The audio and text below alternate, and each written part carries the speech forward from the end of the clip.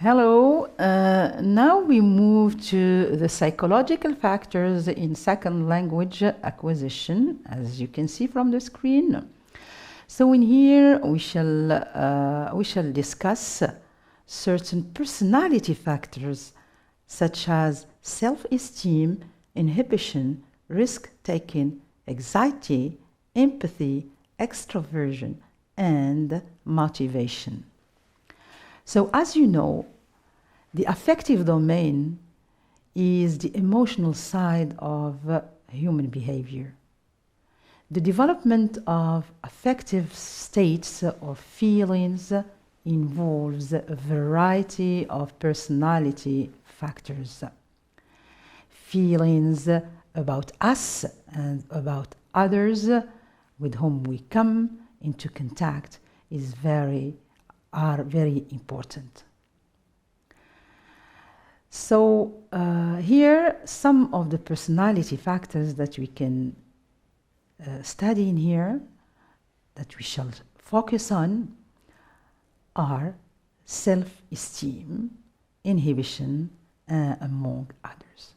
Starting with self-esteem, what do we mean by self-esteem?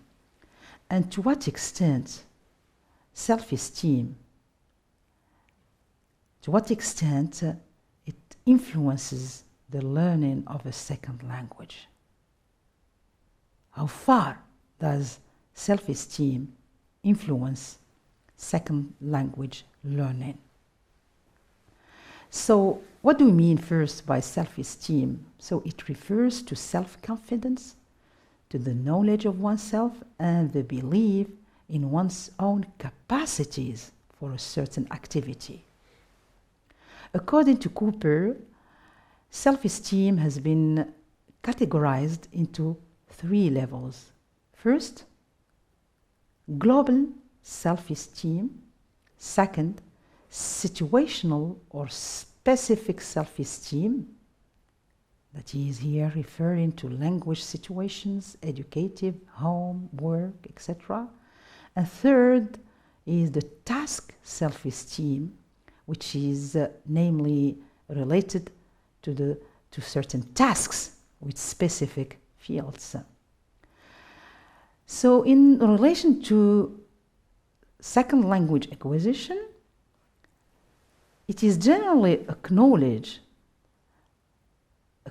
that high self-esteem causes language success, and language success causes high self-esteem. So do you see the relationship between self-esteem and language acquisition? That is, self-esteem influences your language acquisition, and this influence is mutual. And language success causes high self-esteem. Both are interacting factors contributing to successful language learning. Different studies in this domain demonstrated that teachers can have a positive and an influential effect on both the performance and the emotional well-being of students. Another factor, which is inhibition, which is another psychological factor that is influencing second language acquisition. What do we mean by inhibition? So it's the kind of defenses that we place between ourselves and others. This is what we mean by inhibition. And this can prevent the individual from communicating in a foreign language. That is, inhibition engages the defenses that we build and the barriers that we build.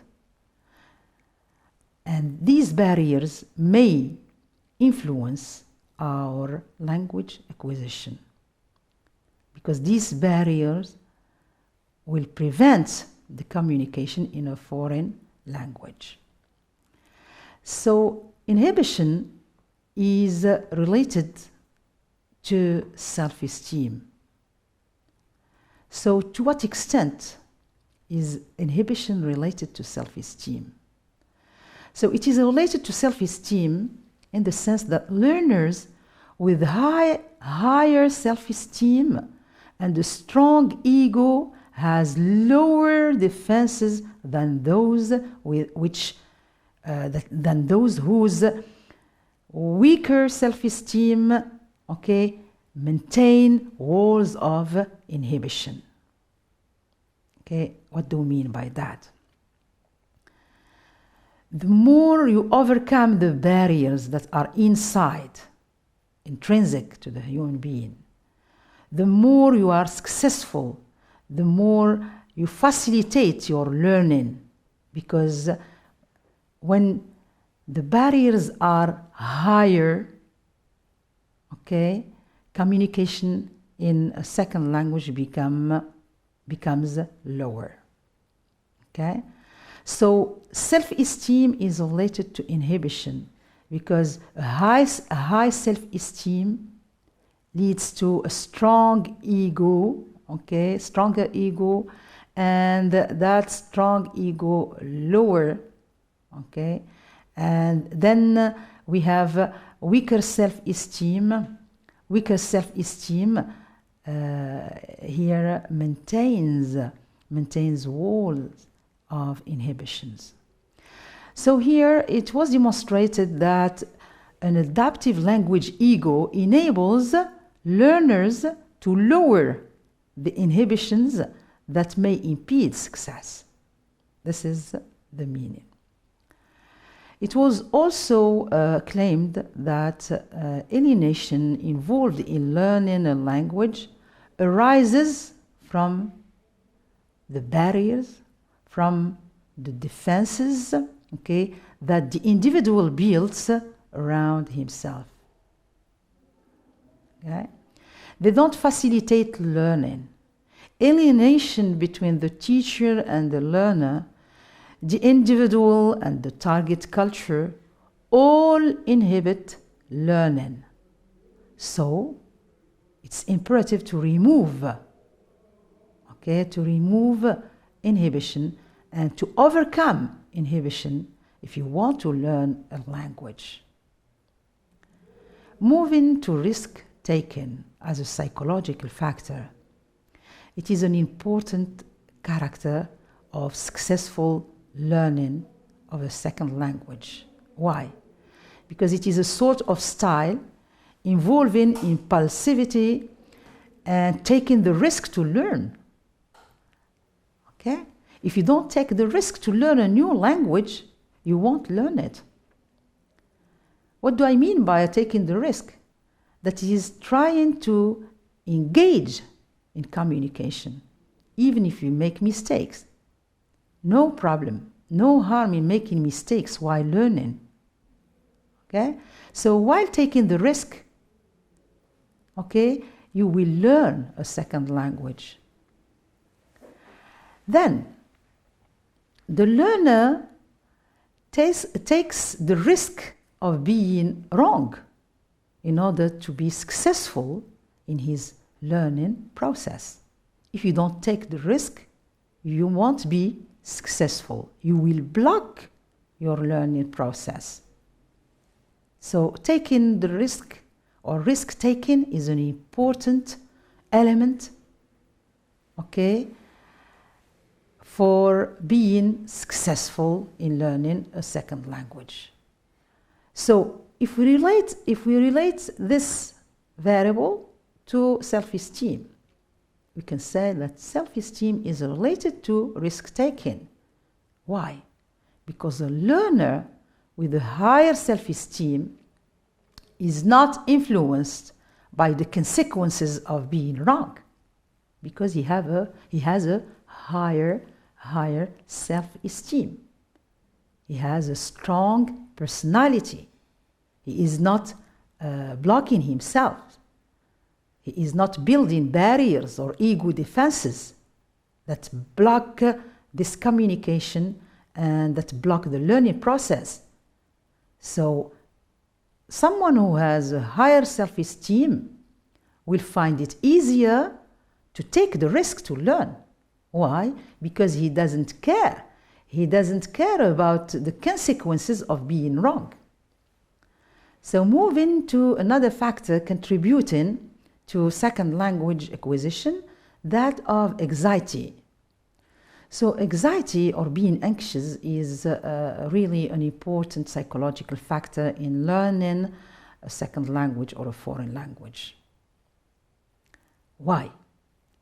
So at first we should know, what do we mean by anxiety? So anxiety is associated with feelings of uneasiness, self-doubt, okay, or apprehension or worrying about a particular thing. While being anxious, you're blocking yourself. You cannot learn while being anxious because anxiety may block the learning process. You should overcome that feeling of uneasiness, feeling of worrying, okay, in order to learn a language. So anxiety, it's like self-esteem.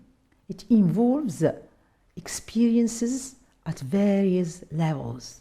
First, at the global level, you have what we call trait anxiety,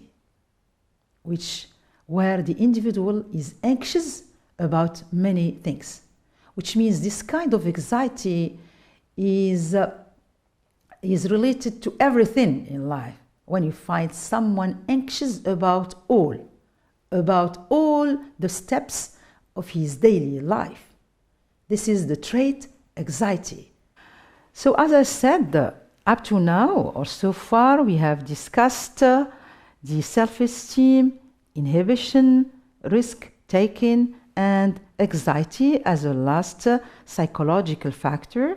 And I have explained that this factor is really blocking, it may block the learning process of a second language. That is, too much anxiety, too little anxiety may hinder the process of a successful learning. So moving to another psychological factor, empathy.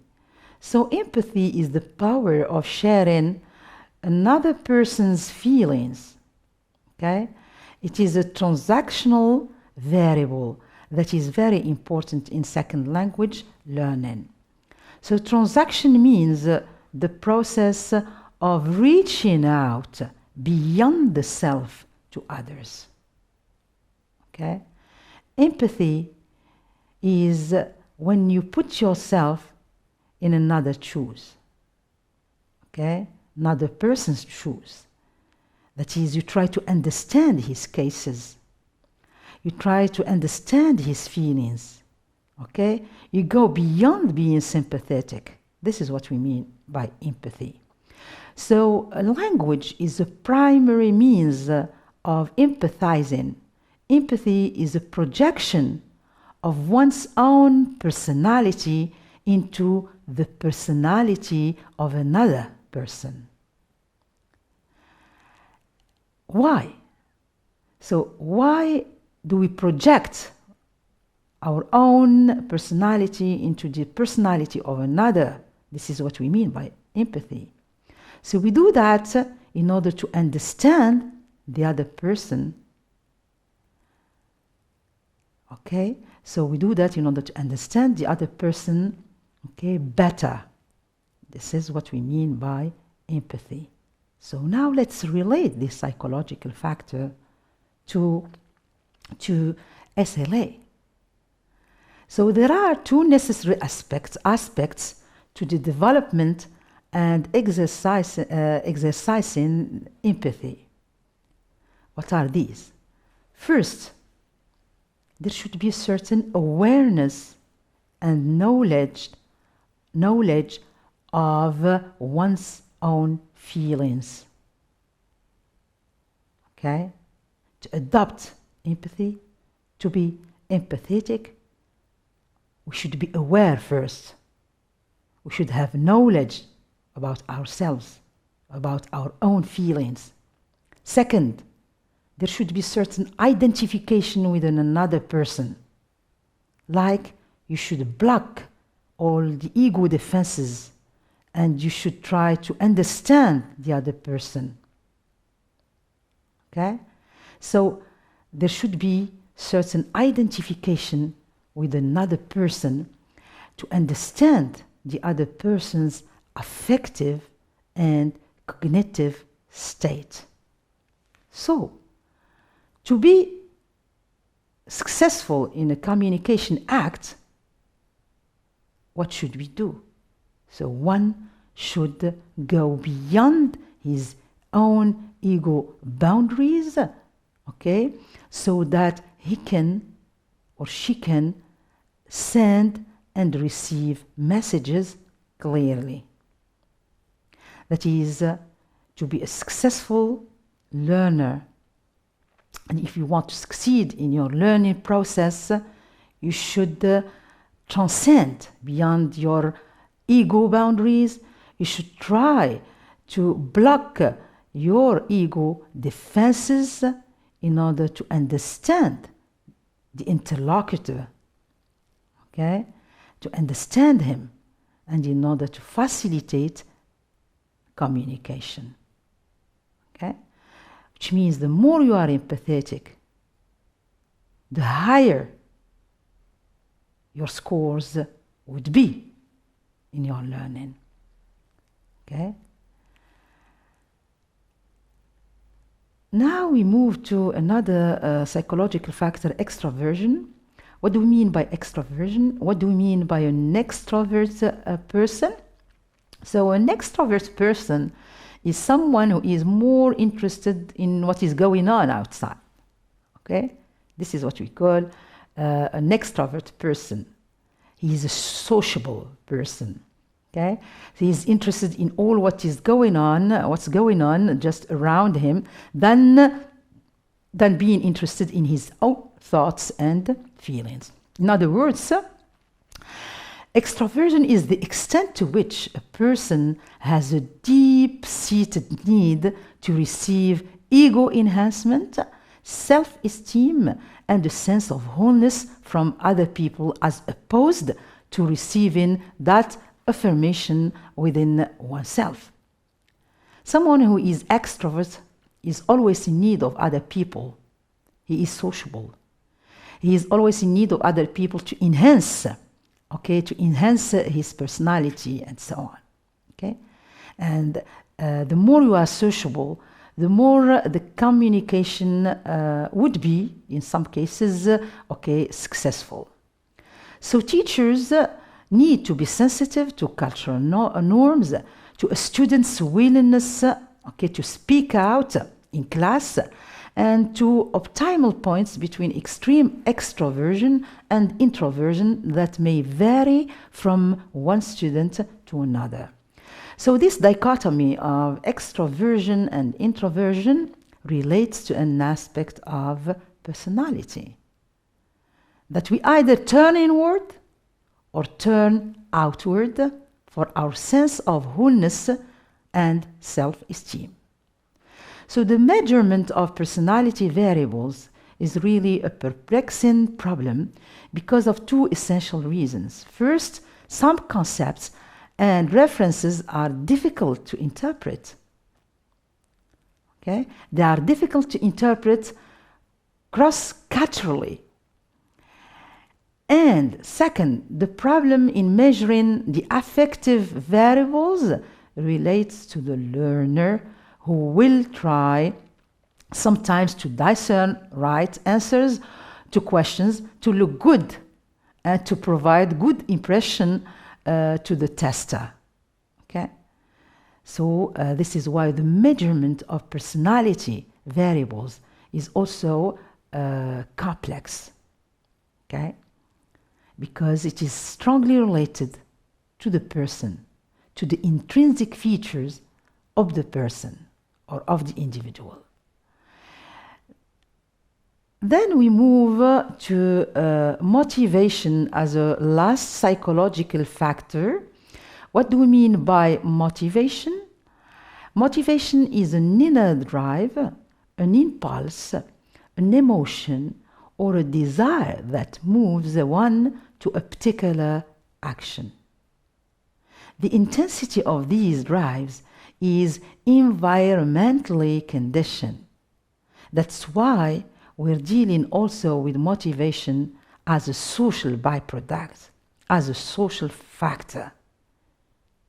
Okay, normally motivation is intrinsic to the individual. It's an inner drive related to the individual, but it might be influenced by environment, and in this case it has that social tendency. Okay? Motivation is the inner drive or stimulus which can be global, situational, or task-oriented. So learning a foreign language requires some of all the three levels of motivation. Okay? While learning a language, we need three levels, or we go through three levels of motivation. The first one, instructional, individual, and sociocultural factors could enhance or deter motivation. Okay? So when I say motivation, that is in here, I'm talking about the factors affecting motivation and automatically affecting the attitude of the learner. So the learner's factors, intelligence, aptitude, perseverance, learning strategies, interference, and self-evaluation, all these factors play an important role, okay, or they contribute in second language acquisition. So let's move to the point, or another point, that of distinguishing between instrumental and integrative motivation as psychological factors affecting SLA. What do we mean by instrumental motivation? Instrumental motivation is the motivation to acquire language as a means for attaining or achieving internal goals. That is a career, you're studying a language in order for a professional reason, or for a technical material, you're studying language for translation. So here, this is what we mean by instrumental motivation. It is the fact when you are motivated to learn a language for technical reasons, professional reasons, and or we call them internal goals. Integrative motivation is when learners wish to integrate themselves within the culture of the second language group, to identify themselves with and become part of that society. So learning a second language is an integrative or in an integrative or an instrumental way are both successful. These two types of motivation are not mutually exclusive. Okay? That is, generally speaking, we can talk about the acquisition of language, and sometimes you may find some learners who are motivated to learn a language for instrumental reasons, for professional, technical reasons, okay, for particular internal, that is, goals. And other students or other learners are motivated just for integrative reasons. That is, they are motivated to learn a language, to integrate and to identify themselves with the target language community. And this is the case of people who live abroad, okay, and who integrate and who have certain integrative motivation to learn the target language. Okay, so far we have we have discussed the social and the psychological factors involved in second language acquisition, and we have seen that these factors are very important in language acquisition. The more you take into consideration these factors, the less difficulties you will face while acquiring a second or a foreign language. Okay, dear students, see you later. Thank you very much. Bye-bye.